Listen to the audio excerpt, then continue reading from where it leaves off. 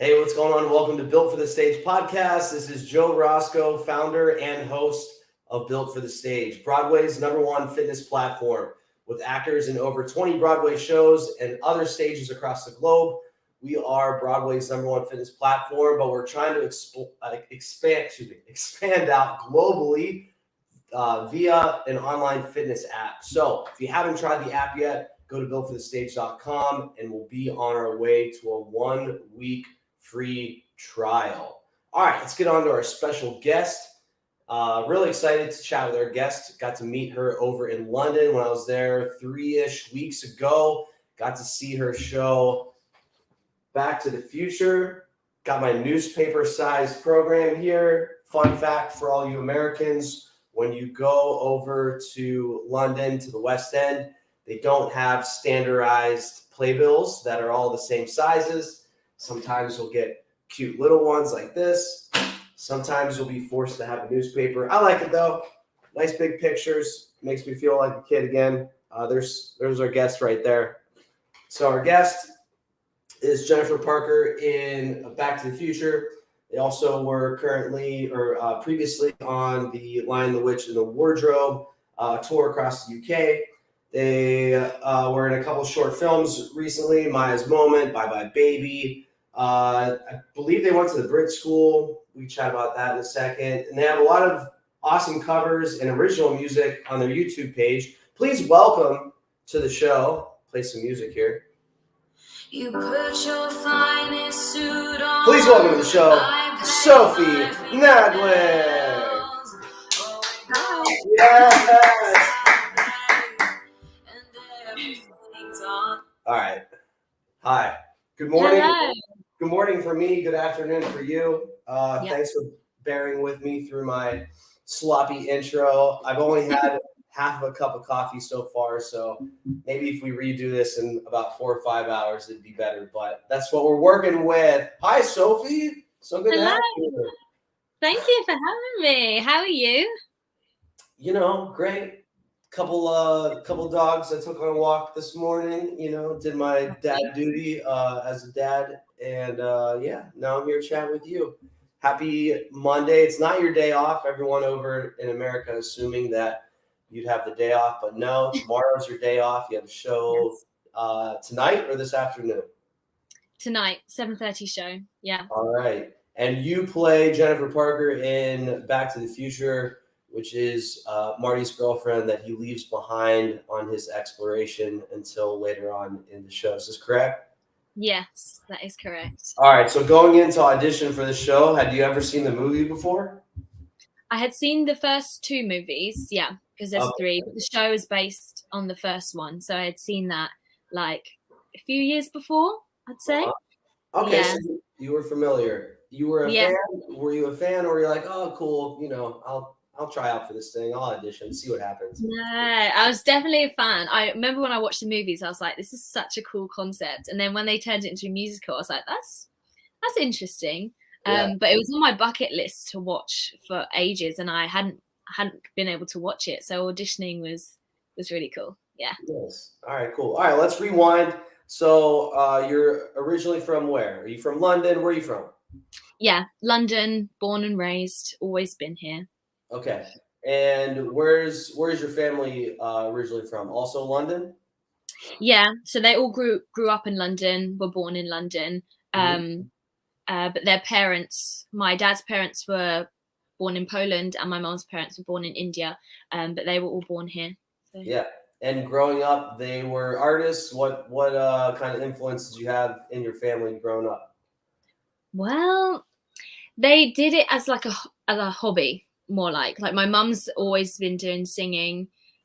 She was in like church choirs and stuff. So when we were growing up, we joined church choirs as well.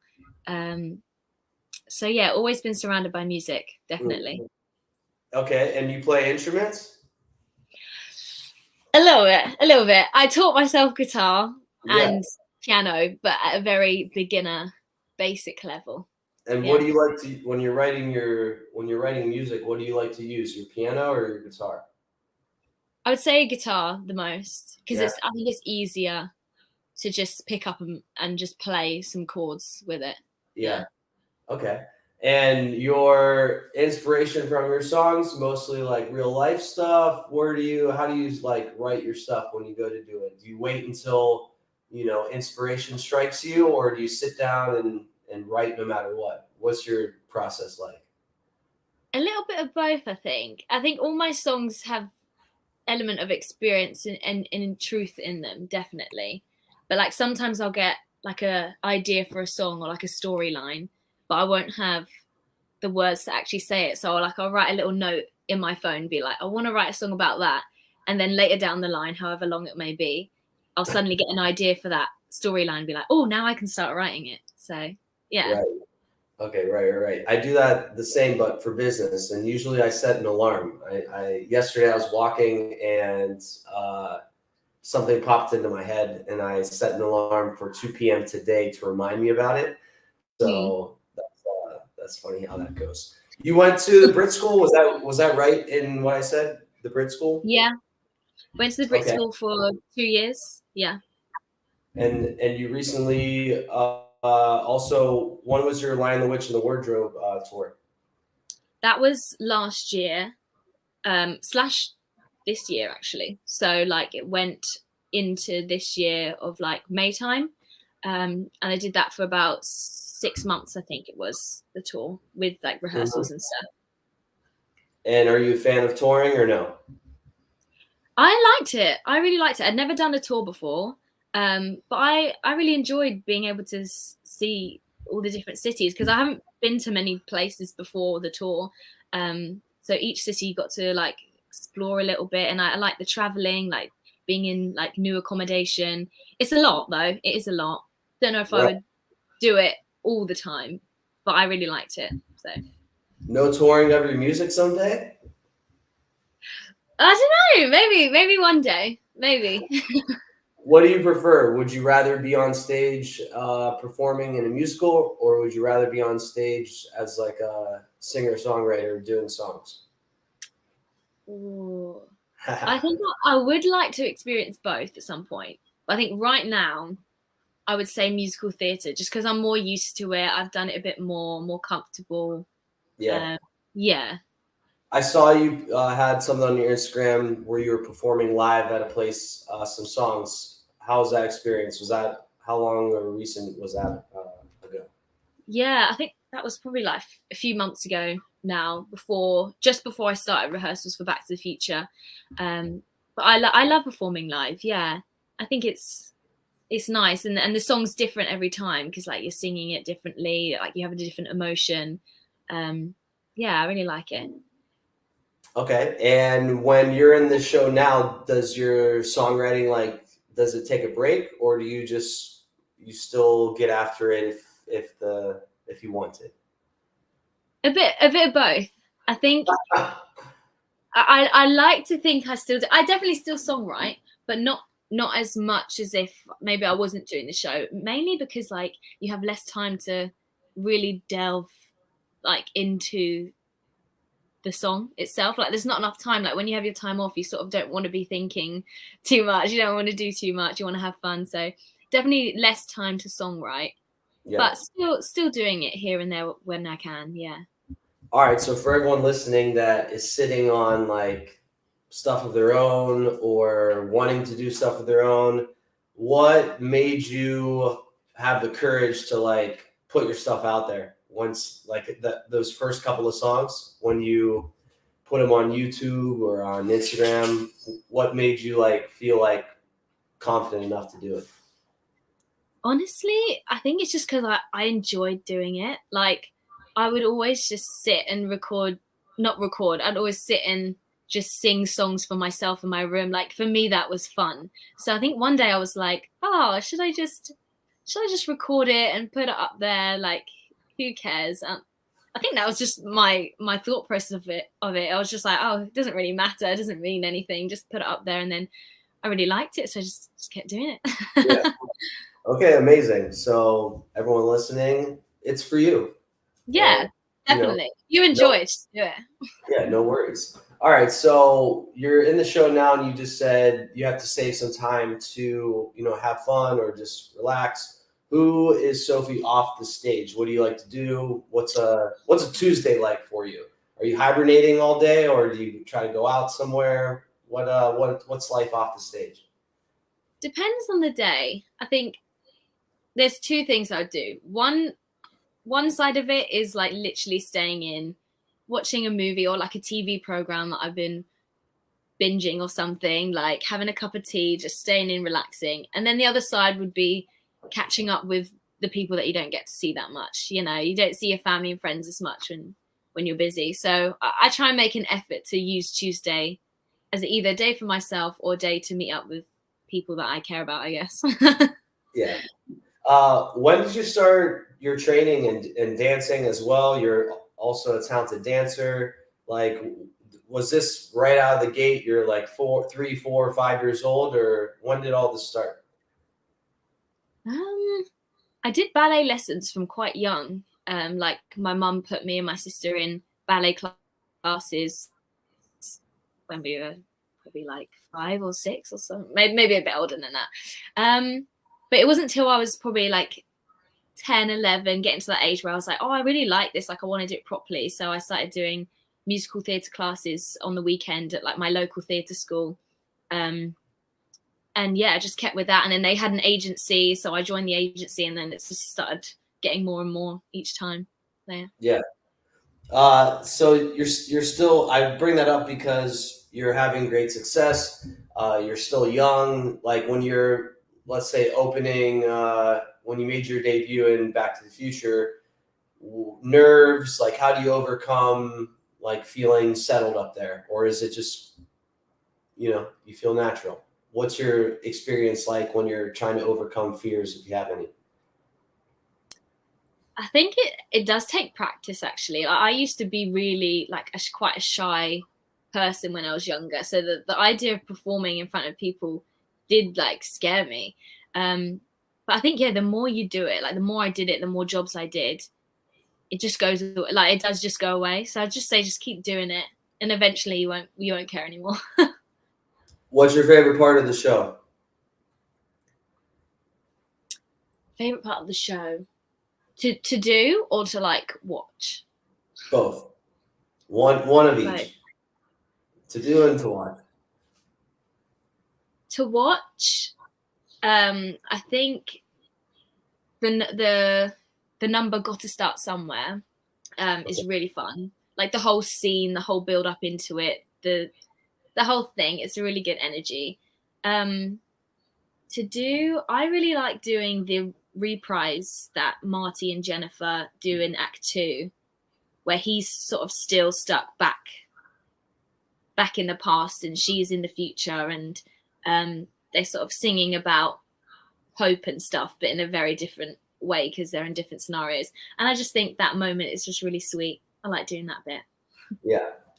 Tell us a bit, the song that you first said, tell us the setting so that people know what's going on during that song.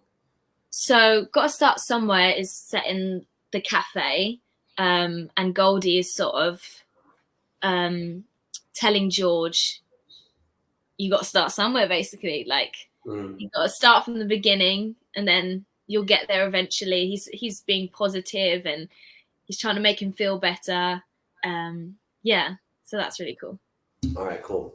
Let's take a short break from the show and theater stuff, and let's transition to the BFTS hot seat. So you're on the hot seat right now. Don't be nervous. Let's put on some hot seat music. Ooh, what is this? Ooh. All right, here you are, BFTS hot seat. All right. You walk into a room and the TV's on and there's a movie playing. What movie that you've seen 100 times, but still to this day, no matter what, you have to stop and watch this movie? Pretty Woman. Yeah. Okay. Good one.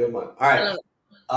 You have three songs. One for commuting, one for maybe like doing something active, whether it's a jog, a gym, yoga, whatever you do. And then the third is like chilling at home. So your go-to song for commuting, your go-to song for something active, and your go-to song for chilling. Okay. Chilling. I like Good Days by SZA Okay. at the moment. That's for some reason that's coming to my head. That's all right. What was the other one? Commuting, like going to the show or going to the market. Okay. Like I would say probably like Post Malone. I don't know what, to be fair, I don't know what song of Post Malone, but just Post Malone. I do like his songs on the train. All right. And then the third, you're breaking a sweat. You're going for a run or working out or doing something that gets you going. Oh, you know, a song at the moment that I've been listening to working out is Violin. I can't actually remember who's it by, but it's called Violin, and it's very upbeat and like sassy. I like it. All right. I'm going to look that up while I ask the next question. Next question is, if you're putting together your wardrobe for the night, are you starting with shoes, jewelry, or the actual clothing? What are you starting with? The clothing, yeah. All right, the clothing. Okay, after the clothing, shoes or jewelry? Shoes. Do you like sneakers? Yeah. Like brands? Like, do you have a favorite go-to sneaker? I don't know if this is like a sneaker, but I like Buffalo trainers. They're like my favorite trainer brand. Okay. All right. Last hot seat question. You're in London, you're with some Americans, and you're like, this is a go-to restaurant you have to go to that's not like cliche tourist, only the locals know about it. Where are you going to take them? That's a hard one. Don't go out that much, you know. I would say Maxwell's is good. All right, Maxwell's is good. I've been to that probably the most. That's probably why I'm saying it. But Maxwell's, I think, is in Covent Garden. What kind of food? What kind of food is it? Bit of everything, but mainly sort of like. To be fair, it's quite American actually. Like big dishes. Yeah, good food, comforting food. How about growing up? Your parents where? Poland and where? Poland and India. Any food influences there? Were you having Polish or Indian food growing up? A lot of Polish food, actually. Yeah. Okay. Which is what? Polish food like rosu and faworki, bigos. Yeah.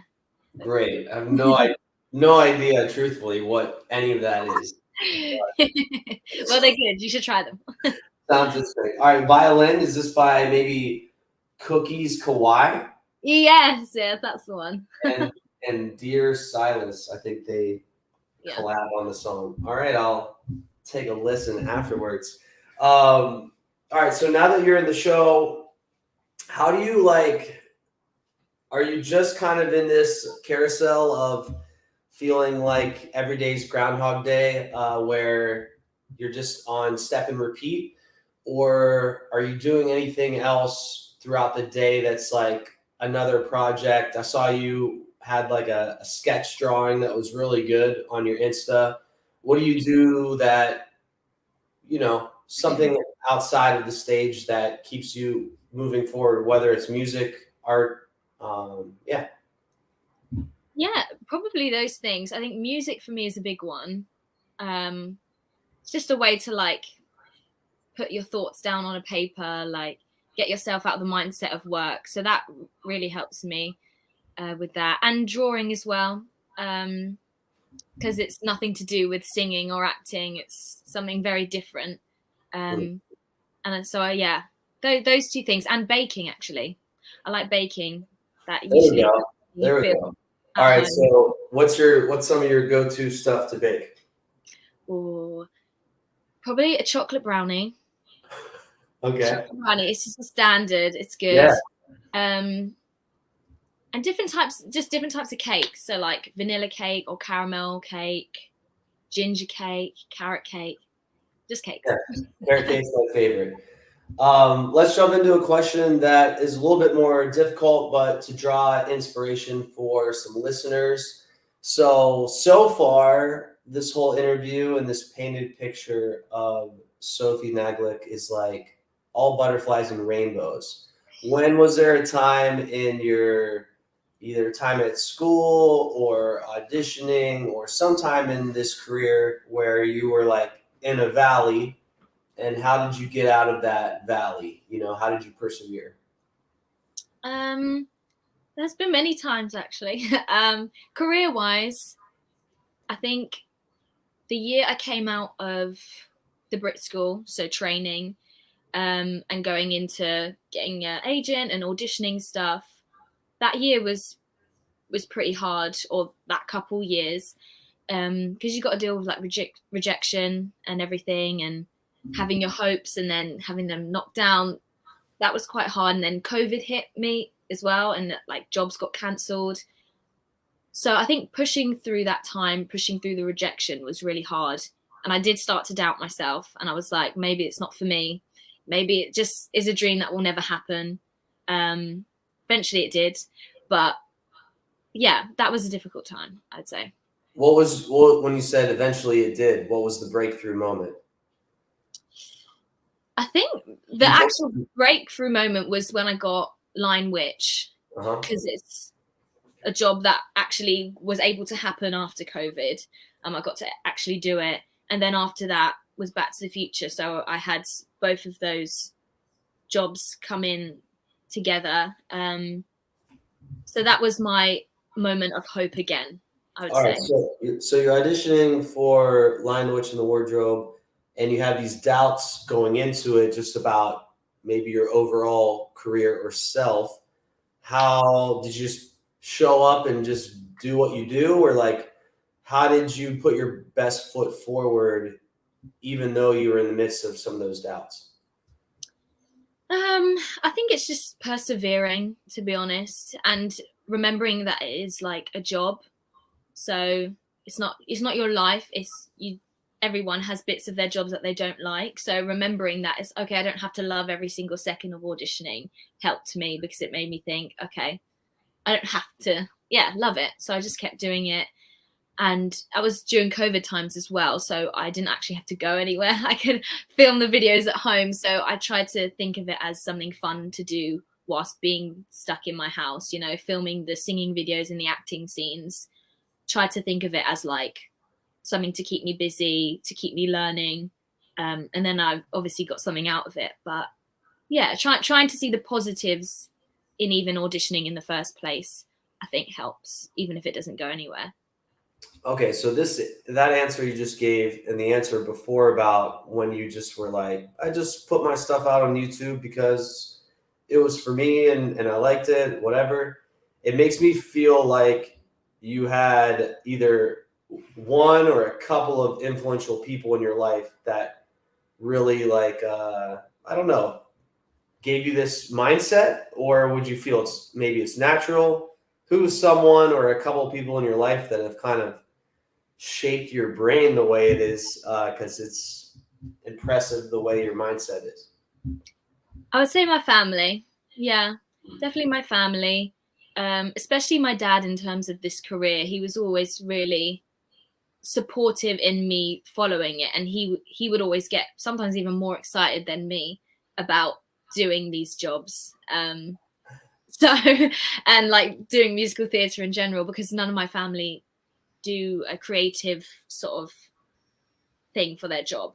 So the fact that I did, they really supported, which is really nice. And they liked the difference, and they liked that I wanted to push myself. So having their support and knowing that they believed in me made me feel like, oh, okay, like I can do it. And because I love it, that's enough. So they made me think the love you have for it is enough. And I got that from my family, I think. Tell me more about when your dad is more excited than you are. Don't get me wrong, when I get a job, I'm more excited. But no, I don't doubt that, but I can picture, the proud parent just like going crazy for, a new show or something, which is all I'll say is when I got my jobs in when I was very young in like Matilda and Charlie, my dad would just speak about it all the time. He would talk to everyone about it, all his work colleagues. That's the kind of energy he has around it. So yeah. I'm actually laughing because it reminded me of me. One time I was going to the dentist. I'd been away forever, and I went back to my hometown, and I went to the local dentist that I used to go to. And my mom had been like passing out like photos of me to the dentist and the dental assistants and all this absurd craziness because of a show I was currently in. So I feel you on that. All right, Yeah. so your family kind of helped shape you in that. So awesome. So now that things are like up and up, there is a closing date for the show, yeah? I think it's not a closing date. I think it's a date where they just stop selling tickets. Yeah. Got it. Now, how do you like live in the moment of just like enjoying your time and not thinking about that? In what way? Like, how do you not think of the next step and just kind of stay in the current one? Because I like to ask this question because with our career, the way that it is, it's like the ups and downs, you're on, you're off, you're in, you're out. Yeah. So again, talking about mindset, which I like to do most of the time on this podcast.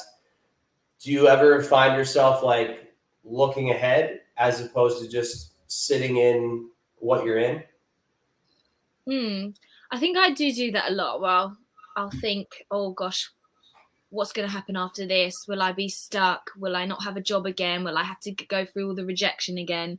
And it is actually a fear that definitely sits at the back of my mind. But I think, honestly, it's just about living in the moment and appreciating the job that you have right now. I think when I just put all my fears aside and just think, you know what, right now I love this job, I love this role, I'm having a great time, and focus on that, it helps me to just not worry as much. And something will always come along. It might take a while or it might be hard, but yeah, if you have the right mindset, I believe that everything happens for a reason. So the right thing will come along. So you just got to trust it. Yeah, and you have to keep showing up, right? Yeah, just keep going. Just keep persevering. Right. Cool. Yeah. All right. So last question. I was pondering how many more, but we're getting to that 30-minute mark, and I want to be respectful of your time. Last question. If you weren't doing theater, if you weren't doing music or art, what's something that Sophie would have been? Would she have been like a veterinarian? What would your life have been, do you think? I think I would have been a baker, maybe. So you're really into this baking thing? Yeah, I think because I used to be a lot more into it when I was slightly younger as well. So if I didn't go down the route of musical theatre or music or whatever, when I was younger, I probably would have steered into, cooking or baking or something. Does your cast know that you are a good baker? I recently baked them some chocolate muffins, actually. So now they know. Now do they keep asking for more?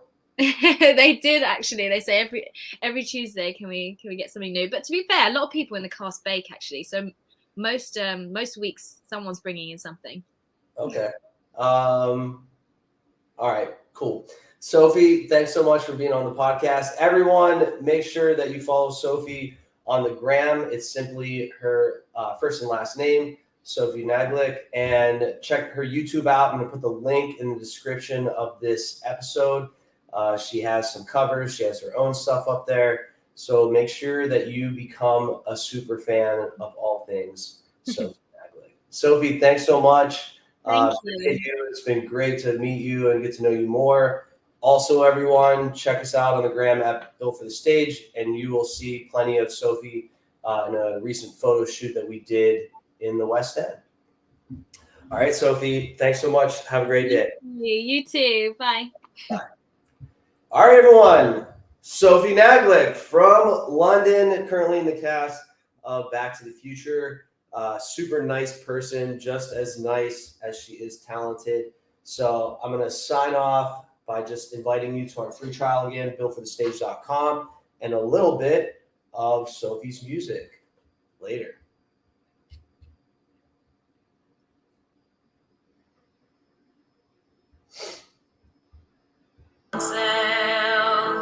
We creep up on extinction. I pull your arms right in. I weep and say goodnight, love, while my organs pack it in. And here it is, our final night alive, as the earth burns to the ground. Oh boy, it's you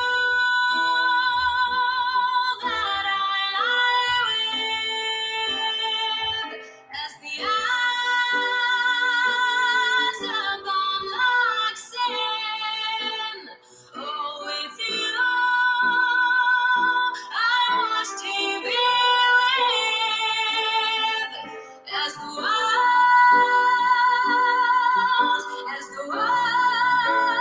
caves down with you, that I lie with, as the eyes of the like sin. Yes, it's you I welcome death with, as the world caves in.